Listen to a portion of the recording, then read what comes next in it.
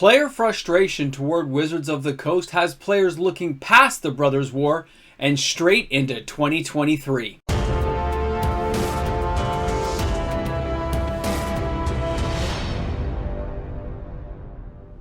We have got a very rough road ahead. Welcome back everyone, MTG Moxman here, and thanks again for hanging out with me on my channel today. For all the new subscribers joining, welcome aboard. For my regular viewers who tune in each and every day, thanks again for being here. And of course, my Patreon members who support this channel, as well as my YouTube membership members.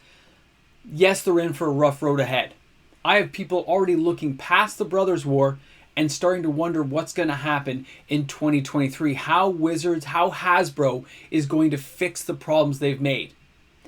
But you know what? As much as people want these problems to be fixed, there is no quick fix solution. You got to picture Wizards sitting there with a checkerboard, ready to play. The red and black teams are set up there, ready to go at it. They've got a perfect plan laid out, but there's nobody to play with. Everyone has walked away. While everything was being set up, people got so mad, they just walked away. So all those production numbers, the contracts they've signed, the deals that Wizards already has in place,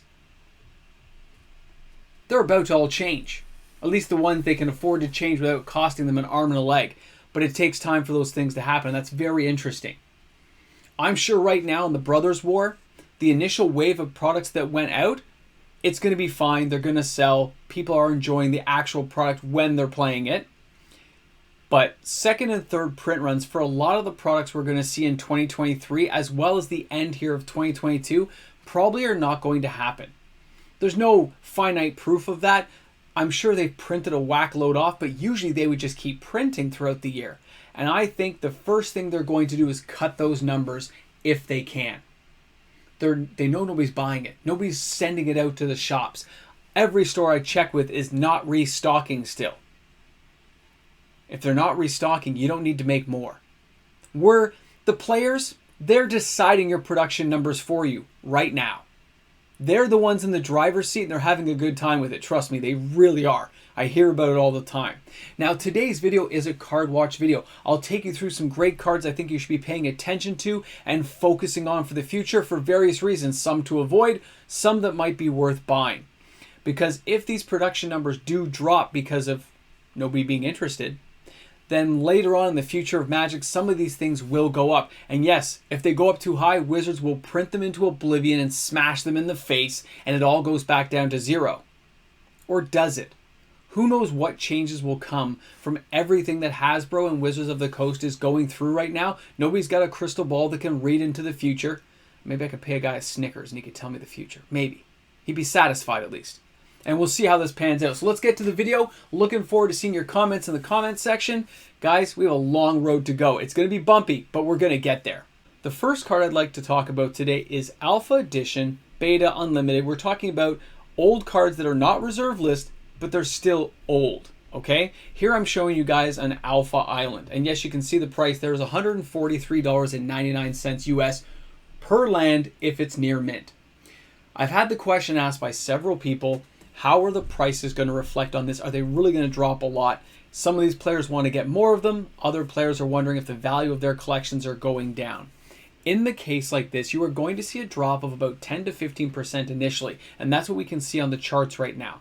But the players who generally own these are not going to let them go at this cheap of a price. They're not going to sell them off for 40, 50 bucks each. Those days are long since gone. Those prices are probably never coming around again. There's no free tendies. It's going to stay the way it is. So cards like this will continue to hold a certain value. And that's with a whole bunch of cards from these editions because the production numbers are so low. It's that simple. They are hard to get. And they're not coming around again. They're not reserve list, but this card stock doesn't exist anymore. This age of Magic card is not coming around. They're vintage, they're old, they are highly collectible, and they'll probably remain that way for a very long time, if not forever. Now our next card, all right, Steam Vents Unfinity. Now this has a market price of $41.81. And the Unfinity set kind of died after that initial week, just kind of like what I thought it would do. But here's the interesting thing. I remember the last time I bought any of the Steam Vents, Overgrown Tomb, any of the Shocklands. I was paying $8 a Shockland. Look where they are right now. Look at the production lineup for 2023, and you can see chances are these cards are going to hold value long term. Unfinity is kind of dying out. People aren't really buying a lot of it. The stuff that was opened is going to command a premium.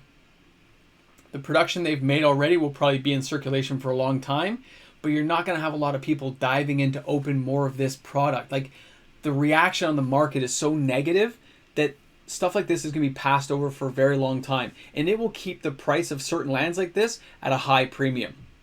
Now, the next one, of course, is Overgrown Tomb, and this is my favorite one of the series. That's why I'm showing you guys today. The market price is only $28.81 for this card. I love seeing that like kind of Buzz Lightyear spaceship just stuck out there in space, but when I look at this, and again, we're talking about Unfinity.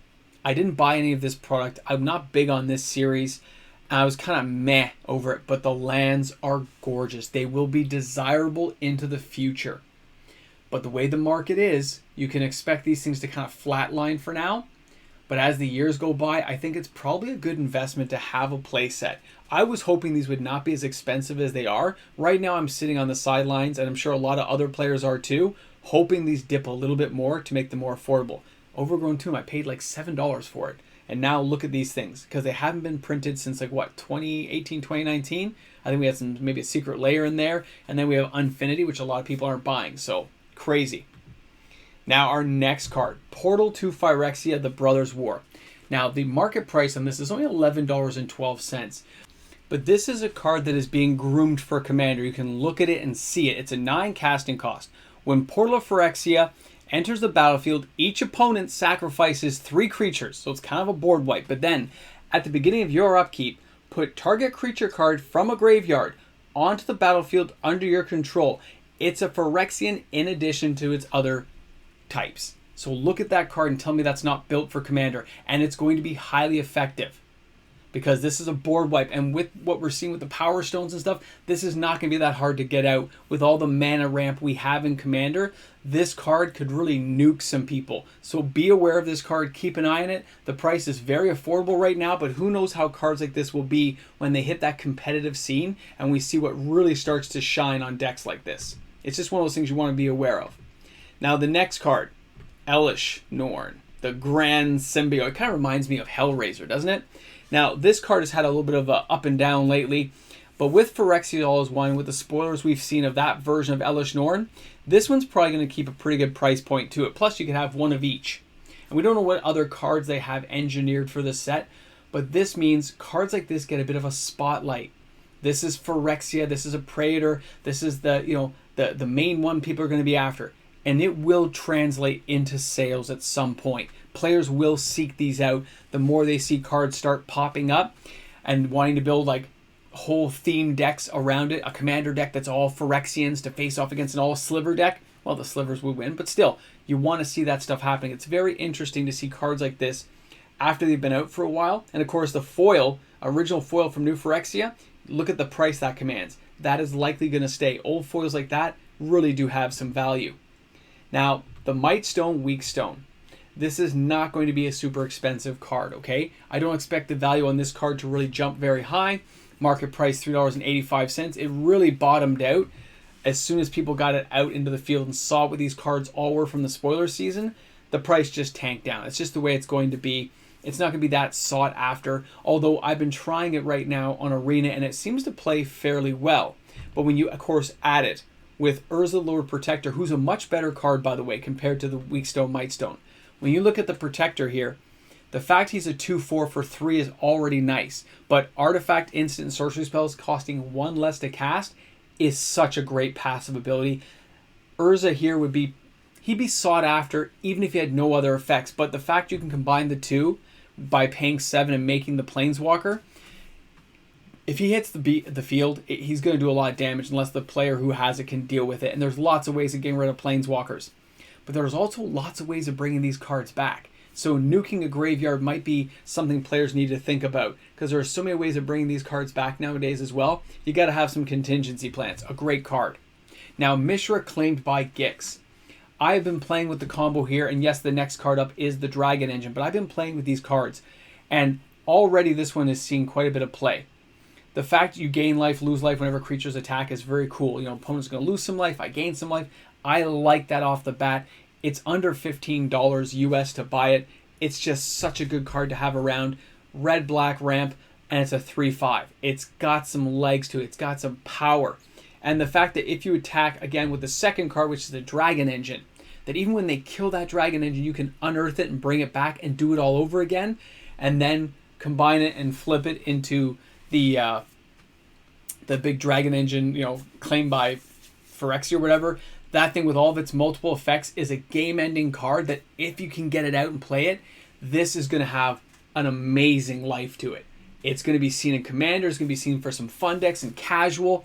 Cards like this may not be expensive, guys, but they have a lot of play in them. Players like and enjoy experimenting with cards like this and just having a good time. Not to mention it has double strike. Although when I see this, I got to tell you guys, it reminds me of the movie Ready Player One with like the Mega Godzilla. I'm sorry, it does every time I see it. Now, the last card today, and that is going to be Mox Amber. Here's the schematic one I'm showing you. The price on all this is going to get a little bit crazy. They're a little more common than I thought. After opening all those boxes and looking through all the cards, I got, what, 4 or 5 out of the 6 boxes? So expect to see, people did desire a certain amount of Mox Ambers. But as more of this gets opened and people don't need it and they want the trade-in value, expect to see this card fall in price. I would not be buying it yet. I'd wait the 90 days definitely on this card just to see where the price bottoms out. It's only going to go so high, but it definitely can go a lot lower. So you might be saving yourself a few bucks just by waiting it out if you don't need it right now. You know, players may be missing out on the opportunity of some of the cards we're going to see in 2022. Kamigawa, these sets probably got lower print runs overall. We didn't see 3rd and 4th print runs. Lots of probably got canceled by that point. Maybe they didn't, depends what the contracts were. But I'm just saying there's a possibility that some of these cards will be more sought after later by people in the market when things have all kind of calmed down and smoothed out. I'm still curious to see if Wizards will make some kind of announcement or presentation giving us information of some kind, owning up to it, taking their slap on the wrist. I'm just curious about that, because calling us price sensitive definitely isn't going to work for them. So anyway, thanks a lot, guys. Thanks for being here today. Looking forward to seeing your comments in the comment sections. And of course, I'll see you tomorrow for another video. Hey guys, a big shout out. Thank you to every single one of my amazing patrons on this channel. They're the ones who make these videos possible. Thank you, each and every one. We're here at the end, and all I got to say to you guys, boomstick.